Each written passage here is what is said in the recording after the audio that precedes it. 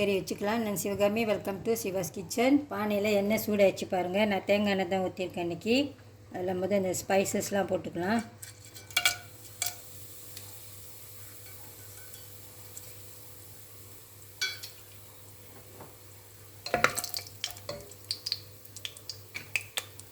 ஒரு பெரிய வெங்காயம்,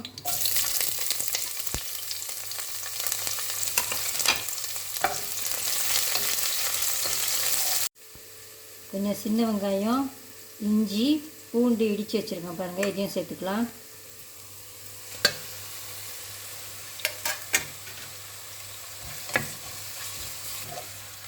எல்லாம் கொஞ்சம் நேரம் வதங்கட்டும். இதில் மசாலா பவுடர் சேர்த்துக்கலாம். மசாலா பவுடரும் சில்லி பவுடரும் காஷ்மீரி சில்லி பவுடரும் நான் எடுத்துருக்கேன். நீங்கள் கோழிக்கறி மசாலா எடுத்துக்கலாம். நான் ஃபிஷ் கறி மசாலா தான் எடுத்திருக்கேன்.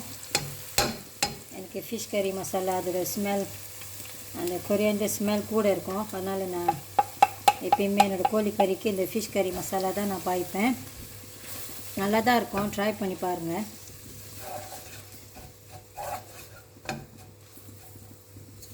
எண்ணெயில் இதை கொஞ்ச நேரம் வதக்கிட்டு தண்ணி ஊற்றிடுங்க. தண்ணி கொஞ்சமாக ஊற்றுங்க.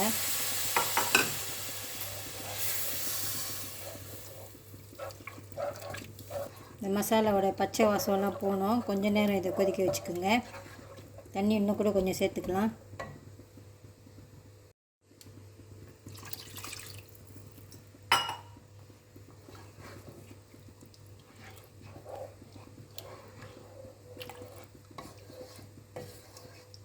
இது முதல்ல கொதிக்கிட்டோம். அப்புறமா கோழி, உருளைக்கிழங்கு, தக்காளி பழம்லாம் சேர்த்துக்கணும். இதில் இப்போ கோழி சேர்த்துக்கலாம்.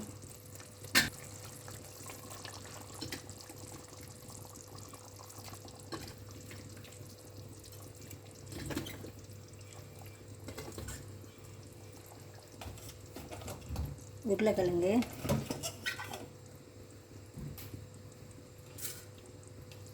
நம்ம அதை கருவேப்பிலை போட மறந்துட்டேன். கருவேப்பிலை,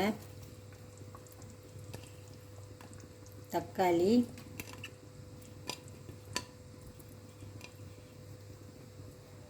உப்பு ஏறக்குறைய பார்த்து போட்டுக்குங்க.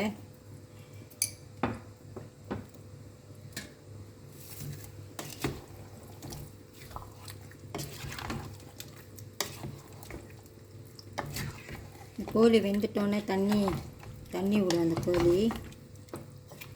நான் இன்றைக்கி கொஞ்சம் தேங்காய் பால் ஊற்றி தான் செய்ய போகிறேன். அதனால் இப்போ கொஞ்சம் திக்காக இருக்குது. அது பரவாயில்ல, போக போக கொஞ்சம் தண்ணி ஆயிடும் கோழி வேக வேக.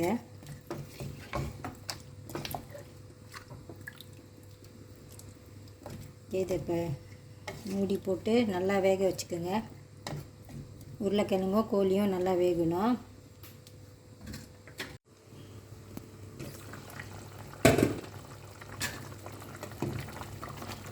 கோழியும் உருளைக்கிழங்கும் இப்போ ஒரு 3/4 வெந்துருச்சு பாருங்கள்.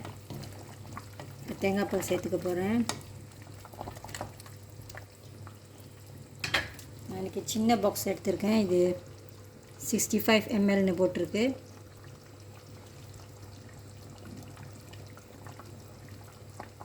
கொஞ்சமாக ஊற்றிக்கலாம்.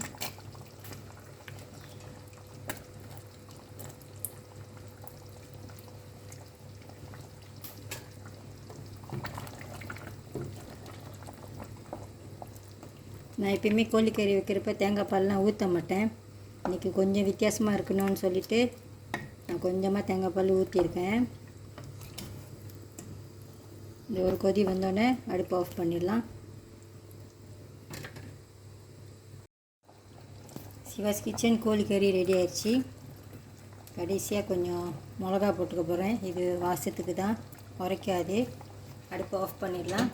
கொஞ்சம் ஆறிட்டோன்னே அப்புறமா நான் மேலே கொஞ்சம் மல்லி இலை போட்டுக்குவேன். அடுத்து இங்கே வெள்ளரிக்காய், அப்புறம் அர்னஸ்காய் எடுத்து வச்சுருக்கேன் பாருங்கள். நன்னாசு, பைனாப்பிள், இது ரெண்டையும் போட்டு சிம்பிளாக ஒரு பச்சடி மாதிரி செஞ்சுக்கலாம். வெள்ளரிக்காவை மெலிசாக வெட்டியிருக்கேன். அதோட உள்ளுக்குள்ளே அந்த விதையெல்லாம் வேணாம், மிக்ஸ் பண்ணிக்கோங்க. பைனாப்பிள் கேனில் உள்ளது தான். ஃப்ரெஷ்ஷாக கிடச்சிச்சின்னா இன்னும் நல்லாயிருக்கும். சின்ன வெங்காயம் கொஞ்சம், சில்லி பொடி,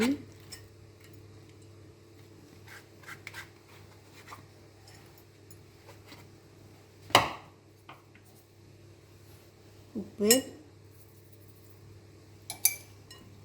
நான் இன்றைக்கி இதில் மயோனீஸு, பால், தயிர் இதெல்லாம் ஒன்றுமே சேர்க்கல. இதை அப்படியே விட்டுற போகிறேன். நீங்கள் வேணுமா சேர்த்துக்கோங்க.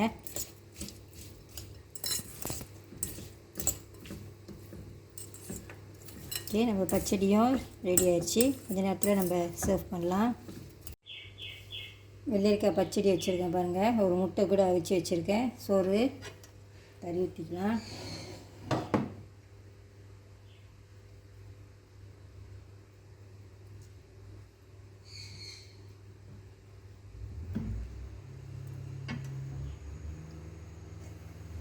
இந்த வீடியோ உங்களுக்கு பிடிச்சிருந்துச்சுன்னா லைக் பண்ணிவிட்டு ஷேர் பண்ணிவிட்டு சிவாஸ் கிச்சன் சேனலுக்கு சப்ஸ்கிரைப் பண்ணிக்கோங்க. தேங்க்யூ ஃபார் வாட்சிங்.